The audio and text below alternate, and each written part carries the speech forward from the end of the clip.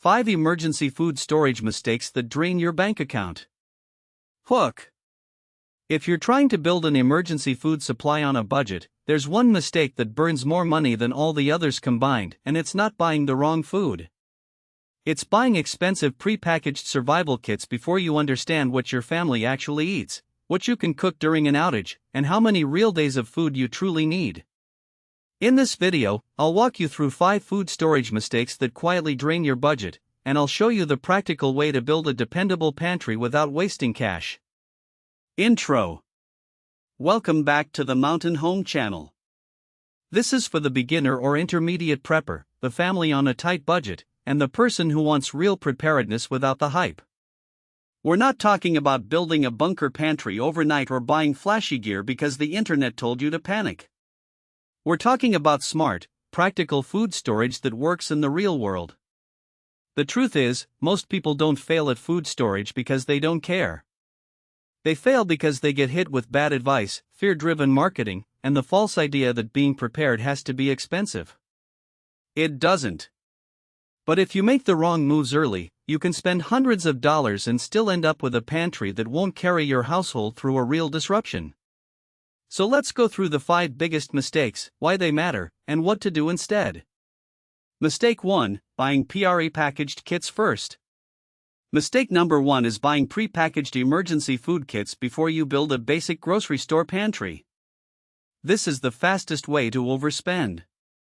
Now, to be fair, pre-packaged kits have a place. They're convenient. They store easily. Some of them last a long time. But convenience comes at a price, and in a lot of cases, that price is steep. You're often paying extra for branding, packaging, novelty, and the promise that you're now fully prepared. But when you break it down by calories, servings, and actual usefulness, many of these kits cost far more than simple staple foods you can buy locally. A budget-conscious prepper should start with ordinary foods that are cheap, versatile, and familiar. Rice, beans, oats, pasta, peanut butter, canned meats, canned vegetables, canned fruit, flour, salt, sugar, shelf-stable milk, soup, and basic cooking fats will usually stretch your money much farther. These foods also fit into normal life, which means they're easier to rotate and less likely to sit untouched for years. Here's the lesson: don't buy preparedness as a fantasy product. Build it as a system. If your family already eats oatmeal, canned chile, pasta, tuna, and peanut butter, those are logical first buys. The goal is not to look prepared. The goal is to stay fed. Application is simple. Before you spend money on any emergency kit, price out a 1-week grocery store pantry for your household. Compare calories, protein, and meal flexibility. Most people are shocked by how much farther their money goes. Mistake 2: Storing food you never eat. Mistake number 2 is storing food your family does not normally eat. This happens all the time. People stockpile foods because they're cheap, they're popular in prepper lists, or they sound smart on paper. Then 6 months later, nobody in the house wants them, nobody knows how to cook them well, and they slowly turn into wasted space. Preparedness food has to pass a very simple test: will this actually get eaten under stress? If the answer is no, it should not be a major part of your storage plan. A pantry that works is built around familiar meals. Maybe that means rice and beans, but maybe it also means canned spaghetti sauce, tortillas, instant potatoes, pancake mix, ramen, broth, boxed pasta, or oats with dried fruit. The point is not perfection. The point is compliance. In a stressful event, people fall back on what is known, easy, and comforting. This matters even more if you have children, elderly family members, or picky eaters in the house. Morale is part of survival. If every meal becomes a battle, your food storage plan is weaker than it looks. The lesson here is to store what you eat and eat what you store. Build from your actual kitchen, not from someone else's fantasy list. A good practical step is this: write down 10 low-cost meals your household already eats. Then identify the shelf-stable ingredients for each one. That becomes your shopping roadmap. Mistake 3: Ignoring calories, protein, and satiety. Mistake number 3 is focusing on shelf life while ignoring calories, protein, and satiety. A lot of beginners fill shelves with random cans and snacks because they feel productive. But food storage is not a decoration project. It is a numbers problem. In an emergency, your pantry needs to carry real human energy needs. If you store food with very low calorie density, low protein, or little ability to keep people full, you may think you have a month of food when you actually have a week and a half of scattered ingredients. This is why budget staples matter so much. Rice, oats, pasta, beans, peanut butter, canned meat, lentils, flour, and cooking oil all bring serious value because they provide either calories, protein, or both. They let you build filling meals rather than just accumulating shelf items. Shelf life still matters, of course. But shelf life without nutritional planning is just expensive clutter. The lesson is to think in meals and days, not just packages and cans. Ask yourself, how many calories per day does my household realistically need? How much protein do we need to stay functional? Which foods in my pantry actually form complete meals? A practical application here is to take one shelf of your storage and estimate how many real meals it makes. Not snacks. Not servings on a label.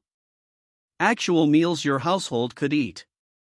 Mistake 4, forgetting water, fuel, and cooking reality. Mistake number 4 is storing foods that require too much water, too much fuel, or too much preparation during an emergency. This is one of the least discussed mistakes, and it can wreck your plan. Dry staples are excellent for saving money, but only if you can prepare them. Rice, dry beans, pasta, and oats are fantastic values, but they all assume you have water, heat, cookware, time, and some level of household stability. If the power is out, if fuel is limited, or if your water situation is unstable, some foods become a lot less practical. Dry beans are cheap, but they take time and fuel. Large bags of flour are useful, but only if you can bake or cook with them. Even dehydrated meals often require boiling water. The lesson is not to avoid these foods.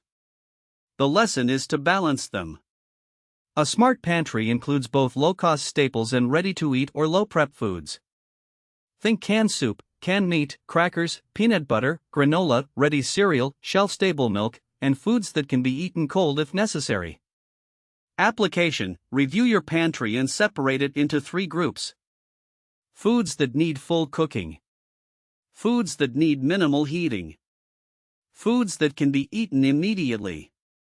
If your storage is all in the first category, you have a vulnerability. Mistake 5, never rotating and never tracking cost. Mistake number 5 is failing to rotate your food and failing to track what you are spending. Without rotation, even cheap food becomes expensive. You forget what you bought, items expire, flavors degrade, packaging gets damaged, and eventually you throw money in the trash. Without tracking costs, it is very easy to underestimate how much your budget pantry is actually costing you. Preparedness works best when it becomes part of normal household management.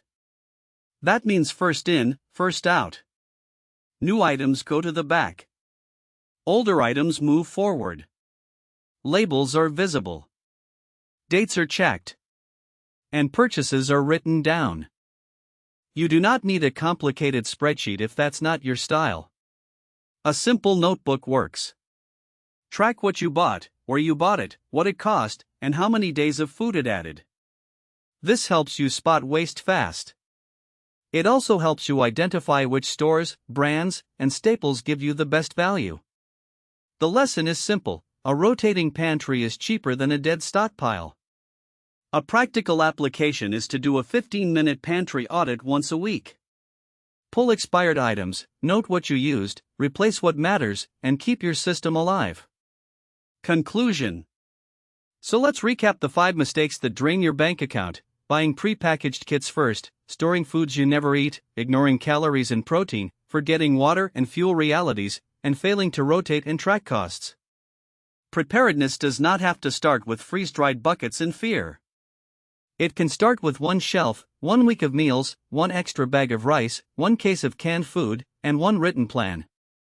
The families who do best are usually not the ones making dramatic purchases. They are the ones building steady systems. If you want to start today, begin with a simple goal: build a 7-day pantry from ordinary grocery foods your household already uses. Then expand to 2 weeks. Then a month. Keep it practical. Keep it edible. Keep it affordable. CTA. Prepare for anything. Visit https://preparedpathways.com for expert tips, guides, and resources to build your emergency food supply today. And if you want the next step after avoiding these mistakes, look for our deeper guides on building a low-cost family pantry, rotating food storage the easy way, and creating a real emergency meal plan without overspending. If this video helped you think more clearly about preparedness, stay with the Mountain Home channel for practical survival content that cuts through the hype and focuses on what actually works.